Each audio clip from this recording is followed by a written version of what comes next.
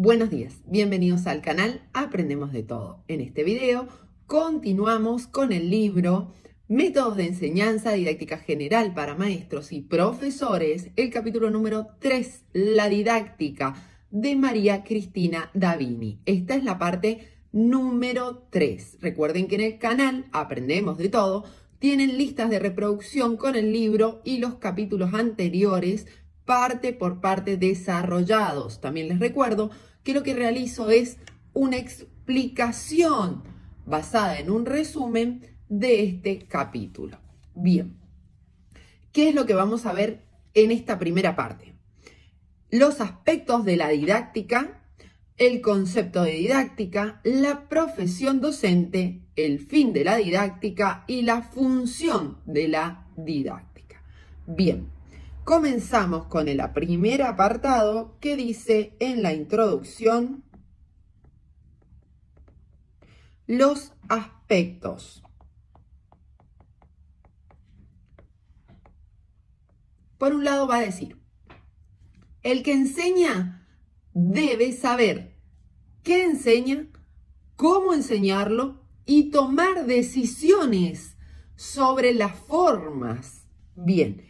En base a esto, va a decir, esto influye conocimientos filosóficos, políticos, social y pedagógico. Es decir, la forma en que enseño, cómo enseño y esas decisiones que voy tomando en mi práctica áulica siempre van a estar en el marco de conocimientos filosóficos, sociales, políticos y pedagógicos. Y dentro de esa pedagogía es donde voy a tener los enfoques educativos o modelos educativos como el conductivista, constructivista, cognitivista, humanista, etc. ¿Sí? Bien.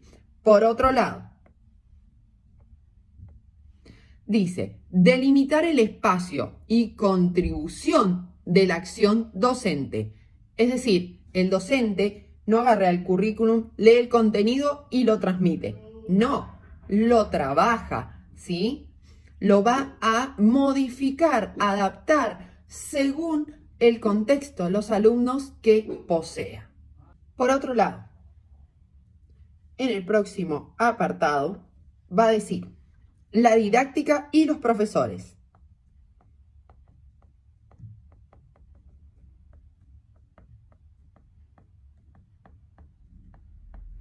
Y acá vamos a ver cómo define a la didáctica la autora, que no lo define como un concepto, sino va a decir, la docencia es una práctica profesional específica que utiliza medios para la transmisión educativa conforme a distintas finalidades. Esos medios van a ser los métodos, las estrategias, enfoque educativo, etc. Dice, el ejercicio profesional se desarrolla en el marco de organizaciones burocráticas con límites en las reglas de funcionamiento y de recursos. Siempre les digo, no es lo mismo trabajar en una escuela urbana que en una escuela rural, en una escuela albergue, en una escuela en contexto de encierro, ¿sí? Por ejemplo, las cárceles. Bien, a esto va a decir, hablamos de oficio. ¿Y a qué se refiere con este término?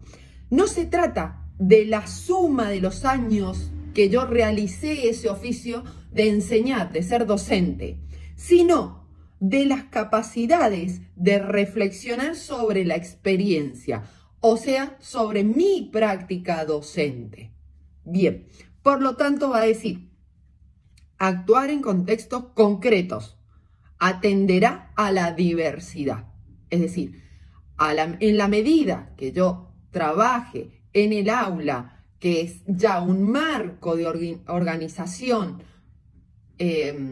burocrática, con sus reglas, sus límites, y mi trabajo como docente en todo lo que es pedagógico, en la transmisión del conocimiento, es donde voy a realizar ese oficio.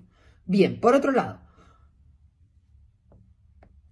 se apoya en un cuerpo de conocimientos, criterios y reglas de acción, ¿sí? Como les decía recién, mismo aspecto. Bien.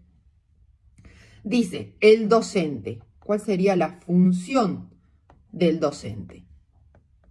Por un lado, debe conocer lo que enseña, lógicamente.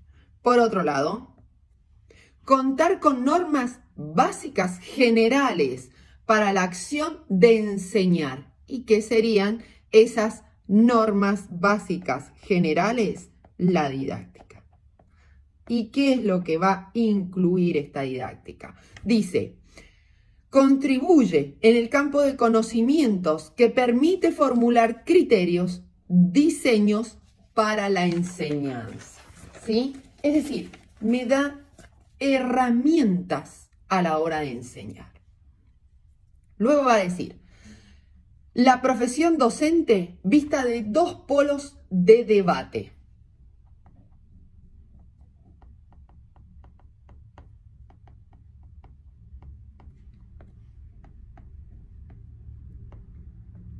Por un lado, definir la docencia como una semiprofesión por su bajo desarrollo en la formación de los docentes y su inserción laboral dependiente de instituciones burocráticas que reflejan la distribución de poder y los principios de control social.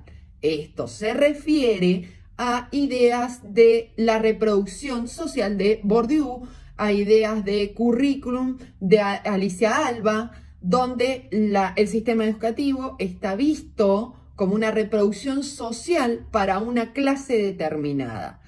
Por ejemplo, si en el lugar donde vivo se asienta una fábrica de elementos electrónicos, bien, esa empresa va a solicitarle al gobierno, al Ministerio de Educación, que realice instituciones educativas nivel secundario con esa orientación. ¿Por qué? Porque necesita técnicos electrónicos para que trabajen en esa empresa.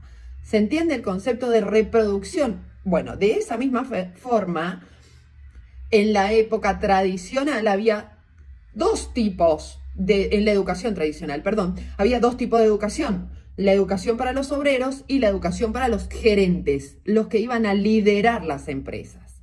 Bien, continuamos.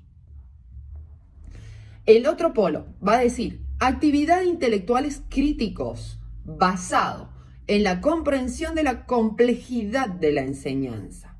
Es decir, en esa tríada de contexto, contenido, alumno, profesor y el contexto en que se encuentra. Por otro lado, la autonomía profesional del profesor. ¿Para qué?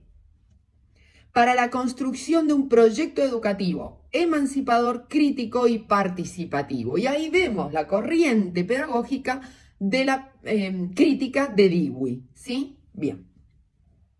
Por lo tanto, ¿cuál es el fin de la didáctica?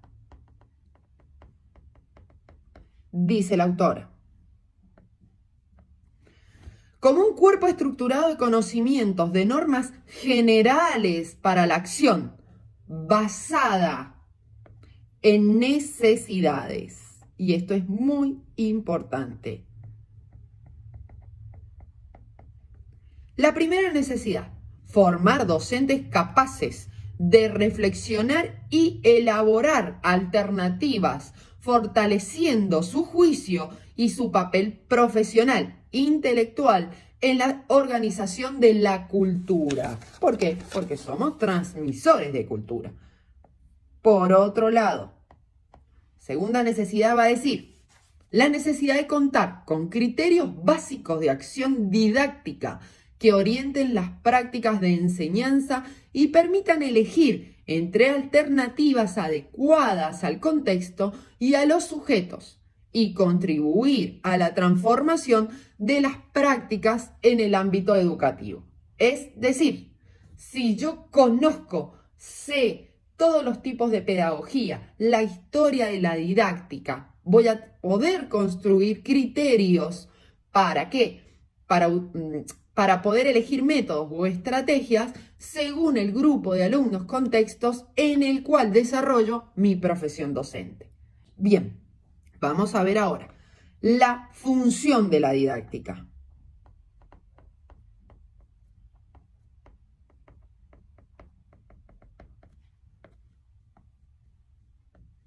Dice, la investigación, la experimentación y la sistematización de propuestas, criterios y métodos de enseñanza y de acción docente. Cuando hablamos de sistematización, no hablamos de pasos, es decir, no hablamos de una secuencia cerrada donde a mí me dicen, hace esto primero, segundo, tercero, cuarto. No, todo lo contrario. Siempre Davini va a promover que el docente reflexione, sea creativo en el proceso de enseñanza.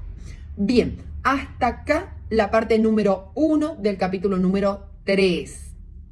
Les recuerdo, si te sirvió el contenido, regálame un me gusta, suscríbete y comparte. Si deseas contactarnos por clases online personalizadas sobre didáctica general, didáctica de la matemática, sujeto del aprendizaje, psicología educacional, entre otras materias, puedes hacerlo a través de nuestras redes sociales, Facebook, TikTok e Instagram, o por nuestro mail, aprendemosdetodo123@gmail.com.